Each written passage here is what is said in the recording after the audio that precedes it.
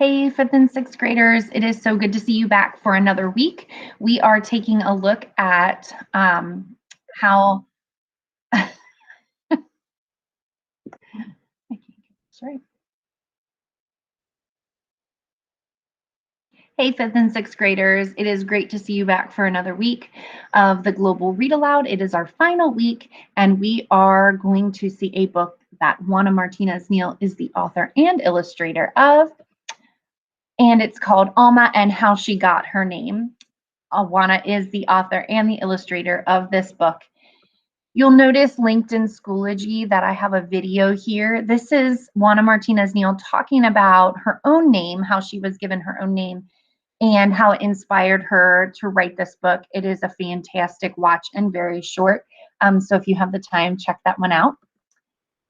Juana earned the Caldecott Honor.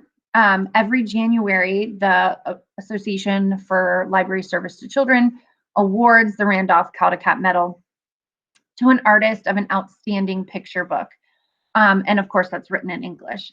The Caldecott Committee also gives Caldecott honors to artists of other books. And so Juana earned a Caldecott Honor award for this book, Alma and How She Got Her Name.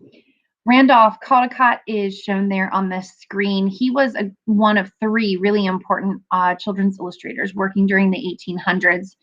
And his illustrations were unique to the time because they really created a sense of movement, humor, energy, and action within those stories. And that was different from the way books were being illustrated at that time. So these Caldecott Honor medals are really special to artists and illustrators. So I think it is back to just me, not sharing my screen anymore. This is the book we'll be taking a look at today, Alma and How She Got Her Name. And of course, author and illustrator Juana Martinez Neal. Alma and How She Got Her Name. Alma Sofia Esperanza Jose Pura Candela had a long name. Too long, if you asked her. My name is so long, Daddy, it never fits, Alma said. Come here, he said. Let me tell you the story of your name. Then you decide if it fits. Sophia was your grandmother, he began. She loved books, poetry, jasmine, flowers, and of course me. She was the one who taught me how to read.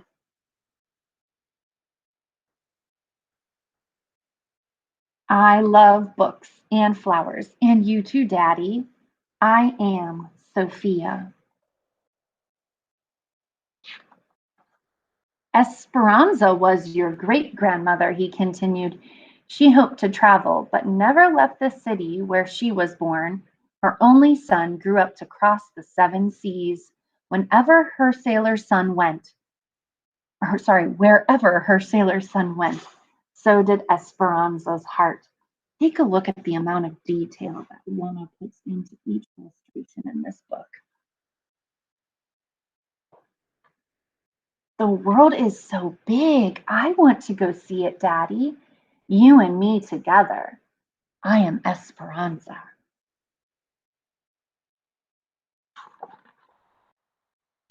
Jose was my father, Alma's daddy said. He was an artist with a big family, like many people had back then. Early each morning, he walked to the mountains and the plazas to paint everyday life. Sometimes I went along. Your grandfather taught me to see and love our people.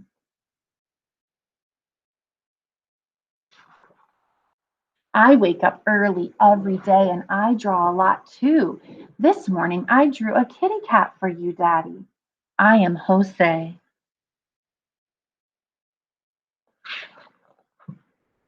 Pura was your great aunt. She believed that the spirits of our ancestors are always with us, watching over us. When you were born, she tied a red string around your wrist, a charm to keep you safe. Hello, Pura. It's me, Alma.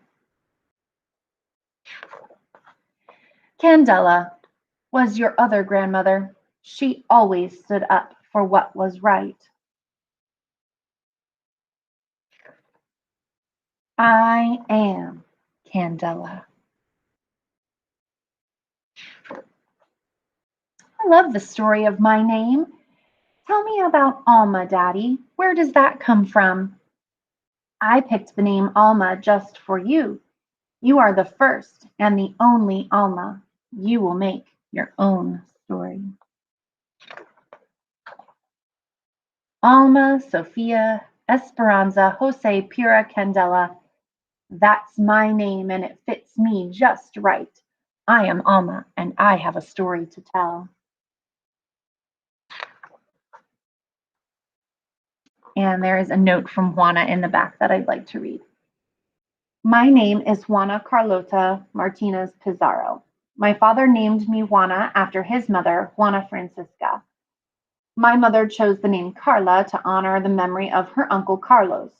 My father was a man of decisions, so when it was time to register my birth, he changed Carla to Carlota on the birth certificate.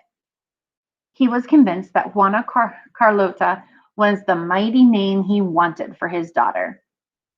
Thanks to that change, I got stuck with what I thought was the most old fashioned, harsh, ugly, and way too Spanish name in all of Lima, Peru, where I grew up.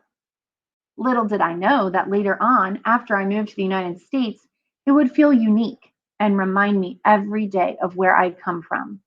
What is the story of your name? What story would you like to tell? And that is how it ends.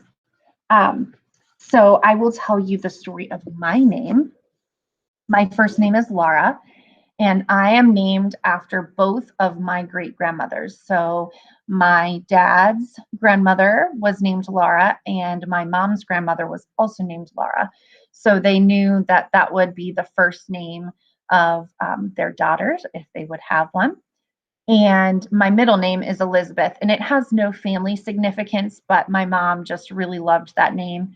Um, and she felt like it went well together. So that is the story of my name, which is pretty special. My own three children each have a special family name.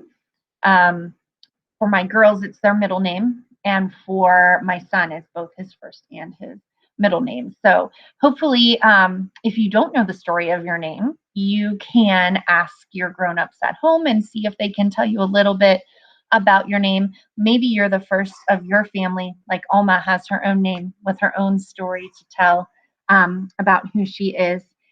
So I love this story, and I think the amount of detail, I hope you can see it on the screen, is just fantastic. I wanted to give a shout out to a few of you for your typing. Several of you have really improved, and I'm seeing a lot of you pop up on my live screen. So when students are typing here at Maddox, I pull up my little live view of how they're doing, and it's so fun to see one of your names pop up. So these few people, it's a mix of fifth and sixth. Sorry, I didn't separate them out. Olivia K, Luke K, Eliana C, Anna D, Julie S, Catherine D, Lewis H, and Aaron E have all been doing a really great job. They've been hopping in and contributing with, I think, 90 or more stars for each of those people. And that has been helping us with our yellow leaderboard here. Our students will have a Dress Like a Character book character day on Friday, October 30th. So if you're home and you want to do something fun like that, you've definitely earned it along with us. So if you are wanting to do that and you want to be creative at home, you could do that. I realize now that through my whole video, it looks like that little bird sticker is probably like sitting on my head. How funny. All right. So that's that. I would love it if you would type for 10 more minutes today. Following this month, depending on where my students are, I may have some students typing to continue to improve their skill, but it will become more of a choice. Your names will be entered into the bins that I'm going to pull for our raffle. So if one of your names would be chosen, I'll reach out to your grown-ups at home and see about getting you your prize. All right, so we're going to type for 10 minutes and then choice board. The choice board will be changing and our focus will be changing in the month of November. So enjoy that choice board time because it'll be changing. All right. I hope you guys are having a fantastic week. I look forward to seeing you next time.